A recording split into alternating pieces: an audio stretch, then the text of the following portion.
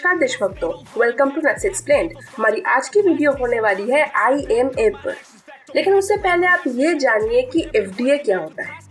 तो FDA होता है फूड एंड ड्रग एसोसिएशन, मतलब इन लोगों का काम होता है जो सारे खाने के पदार्थ होते हैं या फिर कोई ड्रिंक हो तो उसको अप्रूव ये लोग करते हैं। और IMA का काम ये है कि वो रिसर्च एंड डेवलपमेंट करके दवाइयाँ मार्केट में लाए और स्वास्थ्य के सेक्टर के ऊपर इनका पूरा फोकस होना चाहिए। लेकिन ये लोग क्या कर रहे हैं?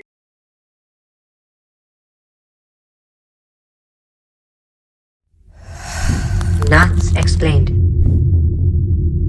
दीवार के पेंट तक से लेके LED बल्ब तक सारे जगह पे ये लोग अपनी छाप छोड़ चुके हैं। तो अब क्लियरली यही समझ में आता है कि IMA का ध्यान मेडिसिन पे कम और इन सब कंपनीज को अप्रूवल देने में ज्यादा है। आपका ध्यान कहीं और है, इसीलिए शायद ये हो रहा है।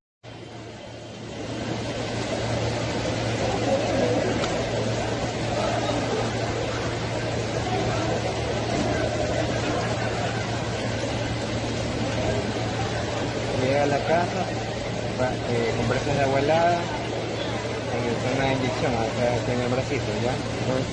Paracetamol en el caso de fiebre, malestar y el baño. Gracias, mijo. अब आते हैं IMA के ऊपर जो इतने सारे आरोप लगे हैं उस फसाद की जड़। गजब का तमाशा है। एलोपैथी एक ऐसी स्टूपिड और दिवालिया साइंस है कि पहले क्लोरोक्विन फेल हुई, फिर रेमडेसिविर फेल हो गई, फिर एंटीबायोटिक्स इनके फेल हो गए, फिर स्टेरॉइड इनके फेल हो गए, प्लाज्मा थेरापी के ऊपर भी कल बैन लग गया और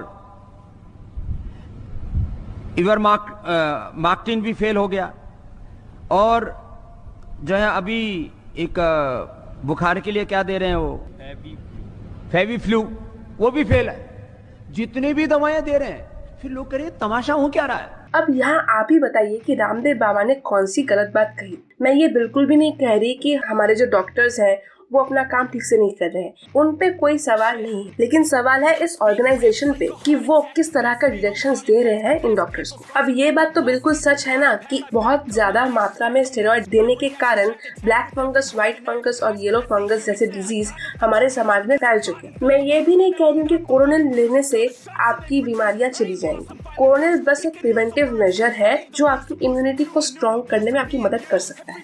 लेकिन जिस तरह से IMA ने रामदेव बाबा को दोषी बनाकर उन पे सारे निशाने दाग दिए हैं, ये बिल्कुल भी सही बात नहीं है। अब सारे जो लिब्रांडो हैं ये तो फ्रीडम ऑफ स्पीच की दुहाई देते ही रहते हैं, तो फिर रामदेव बाबा के पास भी फ्रीडम ऑफ स्पीच है कि उनको जो सही लगता है उन्होंने कहा, और उन्होंने जो कहा उसमें कुछ गलत था भी नहीं। और IMA का ध्यान सिर्फ कंपनियों को अप्रूव करने में नहीं, ये तो किसी और काम में भी माहिर। जैसे कि आप यहाँ पे देख सकते हैं IMA के जो प्रेसिडेंट है ये खुद ये कह रहे हैं कि कोरोना को ठीक करने में क्रिश्चियनिटी की क्या योगदान है वो हमारे लिए जानना बहुत जरूरी।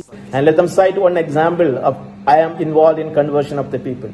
I have participated in many IMA meetings, media debates, and written many articles in newspapers in India. And let them show one example of it.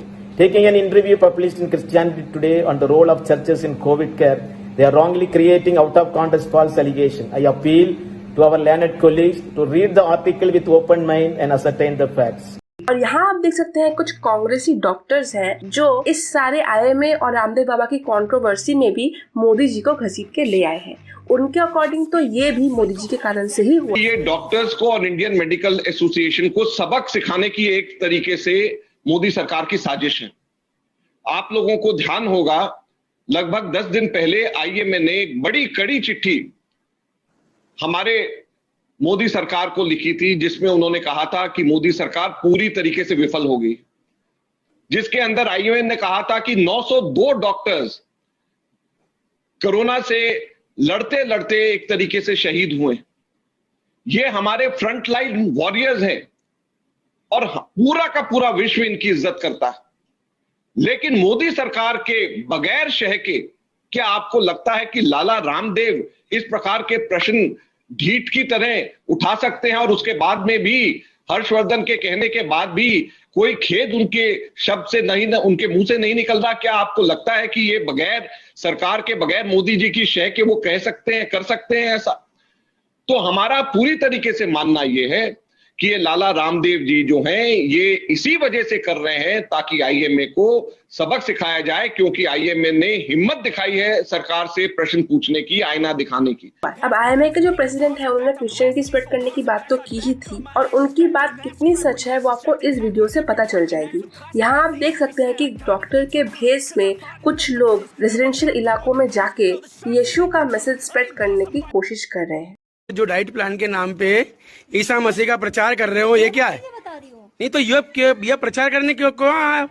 अरे भैया इसको प्रोग्राम देखने नहीं प्रोग्राम नहीं, आप कहाँ से आई है बताइए पहले। ये क्या बात होती है? नहीं ये मैं पूछ रहा हूँ ना आपसे। इशू मत बनाओ भैया। नहीं इशू नहीं, देखो ये भैया आप ईसा मसीह का, ये क्रिश्चियन प्रचार कर रहे हो आप? नहीं क्रिश्चियन प्रचार कर रहे हो, ये क्या है? ये दोनों चीजें बता रही हूँ। ये आप फालतू के इशू बना। एक महिला आई है और ये प्रचार कर रही है ईसा मसीह का।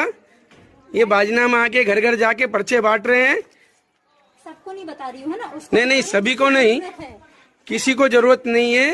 क्यों? आपको है क्या जरूरत?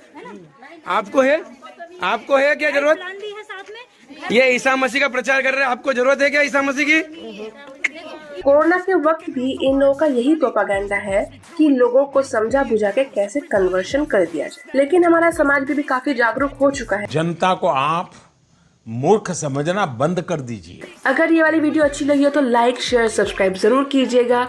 और टॉप नट्स अभी बहुत प्रॉब्लम में है तो आप सबका सपोर्ट बहुत इम्पोर्टेंट है। और अगर आप बिना सब्सक्राइब किए चले गए तो ध्रुव राठी जैसे जो लोग हैं वो आगे बढ़ जाएंगे। हमारे लास्ट वीडियो का बेस्ट कमेंट है,